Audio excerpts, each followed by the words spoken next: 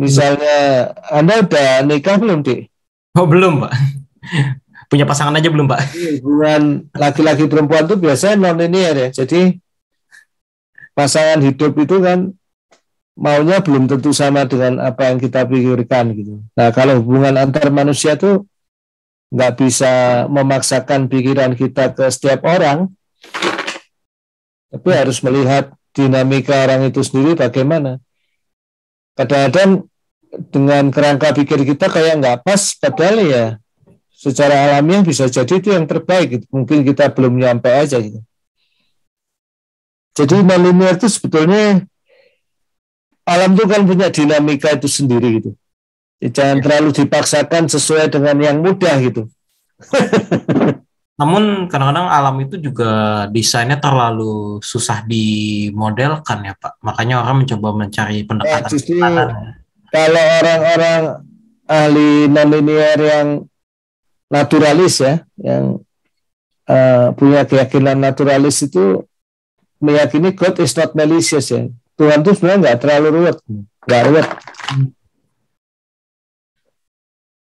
Jadi manusia menyederhanakan di awal, terlalu buru-buru menyederhanakannya, membuat masalah jadi rumit. Jangan dilinearisasi dulu, cari sudut pandang yang lain. Jadi nanti pemecahan non-linear itu seninya macam-macam. Ada yang cuma dilihat dari energinya, ada yang sudah membuktikan kalau seluruh sistem-sistem mekanik dengan syarat tertentu itu pada dasarnya bisa distabilkan hanya dengan proporsional derivative controller ya. Iya, PID. Dibuktikan secara umum itu. Jadi solusinya malah cuma proporsional derivatif. Mau pakai robot, mau apapun. Itu tanpa melinearisasi. Ternyata melinearisasi. Dilihatnya dari fungsi Lyapunovnya, dari energinya. Nah, jadi kadang-kadang solusi yang dengan mentoleransi sudut pandang kita itu nggak kita paksakan terlalu dipaksakan linear di awal itu, banyak solusi-solusi menakjubkan yang bisa diperoleh gitu.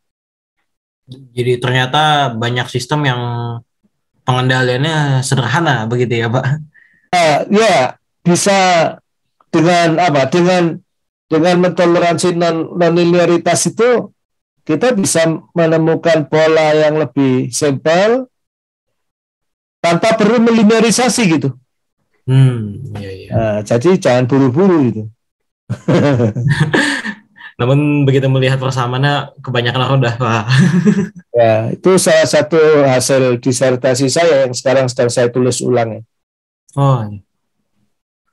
Kemana-mana. Makanya saya dari dulu udah puluhan tahun ngajar mata kuliah ini kan.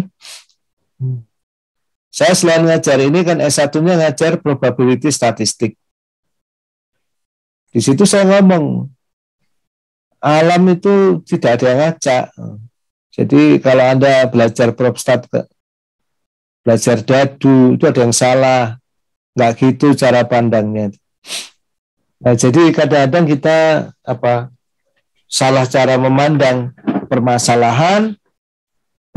Tapi ketika kita belajar probability statistik di mana-mana belajarnya dadu dikocok sama kartu, ya jadi rusak. Padahal sumbernya ilmu probability statistik itu selain dari gambling itu ada dari ilmu biologi dan kedokteran. Itu nggak ada dadunya sama sekali ya. Probability statistik itu salah satu pertama kali berkembang itu ya untuk variolisasi atau vaksinasi pandemi awal-awal dulu tahun 1500-1600-an. Oh, ternyata beda jauh ya, Pak. Karena tidak ada cara lain. Jadi sebetulnya bukan masalah keacakan ya. Kata kuncinya probability statistik itu adalah masalah batas pengetahuan kita. Jadi ada sesuatu data yang memang atau informasi yang kita nggak dapat lengkap, tapi kita harus melakukan sesuatu. Jadi bukan keacakan. Nah, jadi Itu sudah jadi buku saya, tinggal cari di penerbit ITB itu ada probability statistik tanpa dadu dan kartu itu. Jadi sebetulnya kayak gitu non-linear juga melihatnya, wah kita jadi rumit. Enggak, kita melihatnya kita jadi pengen lebih alamiah gitu. More nature ya. Jadi kalau orang bilang itu, kalau orang makan itu menghindari zat kimia dulu lah itu. Organik dulu, Pak. Linearisasi itu anggap kayak zat kimianya gitu ya. Oh iya. Kita pengen tahu dinamika sistem apa adanya dulu. Makanya perlu didefinisikan konsep kestabilan yang lain. Kalau kestabilan dalam linear system biasanya digunakan bounded input, bounded output. Ya kan? Iya. Kalau di non-linear ini ada ribuan cara mendefinisikan kestabilan. Loh kok bisa ribuan? Loh, nanti ada problem tertentu, dia cocoknya pakai mendefinisikan kestabilannya tertentu itu. Yang mentoleransi kondisi sistem non-linear itu. Nah, salah satu yang paling berlaku umum sebagai dasar itu Lyapunov ini mendefinisikan. Ya. Iya. Sampai sekarang ini ya itu ilmunya sangat luas. Makanya saya katakan kalau nyari mau studi sampai doktor, salah satu yang paling gampang ya di bidang non-linear. Karena untuk penjelajahan masih saking banyaknya persoalan yang belum dipecahkan gitu. belum menggali semuanya ya.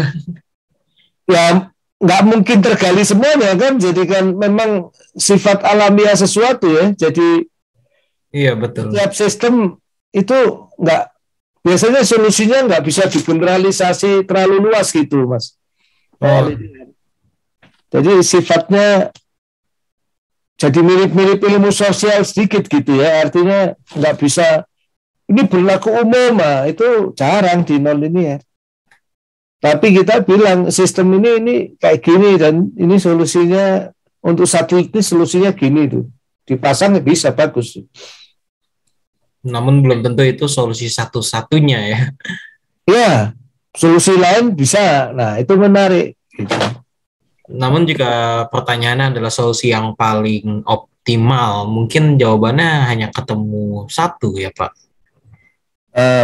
Enggak juga. Itu nanti kan kalau di sistem optimalnya biasanya kebanyakan state of the art optimal control sekarang itu kan suboptimal ya.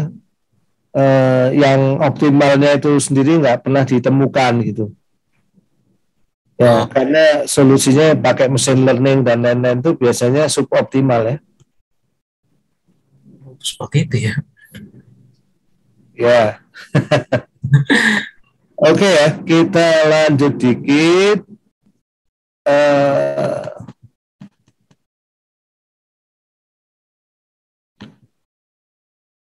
Saya akan jelaskan sedikit dasar teori Lyapunov ya.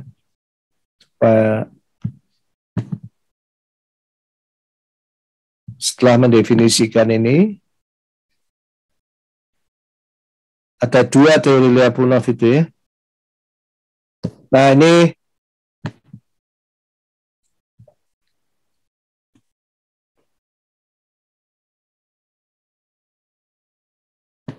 equilibrium nol, sistemnya tetap seperti yang biasanya ya, yang dimaksud sistem itu ya X dot sama dengan F ya, TX itu dengan kondisi mula. Ini equilibriumnya, dan titik yang sedang kita bahas itu equilibrium nol ya. Kalau equilibriumnya banyak, di transformasi dulu ya. Nah, equilibrium nol itu adalah stabil ya. Ini tolong dikatakannya diganti adalah saja ya. Coret saja bukunya diganti adalah. Kalau apa?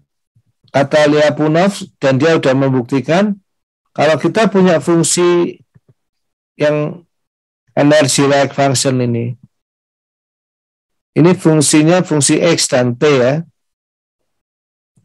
nilainya skalar R ini, jadi maksudnya dia nilainya skalar, domainnya X dan T.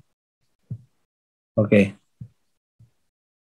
Jadi equilibrium nol ini adalah stabil kalau ada fungsi yang locally positif definite. Jadi fungsinya ini positif definite. Kita mempertegas dengan kata lokal aja karena teori Lyapunov itu basically sebenarnya lokal ya.